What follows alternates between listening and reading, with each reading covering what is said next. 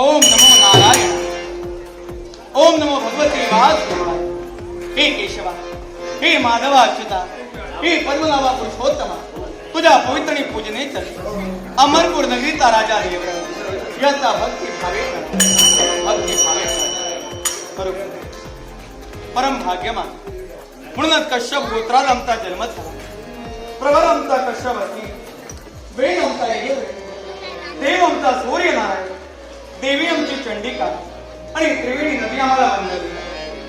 ही सकल सृष्टी पाहिजे की परमेश्वराच्या लीलेचं कौतुक करावं तेवढंच थोडं। विद्वानांच्या मुखातून आम्ही ऐकलं शंभो सुशंकरांचा महादानी माईवर महाविष्णूंचा जन्म झाला आणि देवीची प्रलय काळाच्या ठिकाणी महाविष्णू आपल्या शीशावर गाढ निद्रा घेत असताना त्यांच्या नाभीतून दिव्य कमळ निर्माण झाला। त्यात वेद वेदांगाचे पारायण म्हणजे ब्रह्मदेवांचा जन्म झाला। ब्रह्मदेवाने आपल्या पायाच्या उजव्या अंत्यापासून दक्ष नावाच्या पुत्राची निर्मिती केली। आपल्या पायाच्या डाव्या अंत्यापासून प्रसूता नावाच्या त्यांच्या बहिणीची निर्मिती आणि स्वयंभू मनुष्या सहाय्याने ही सकल सृष्टी निर्माण झाली। आकाश, तेज, जल, वायू, पृथ्वी ही पंचमहाभूती निर्माण झाली।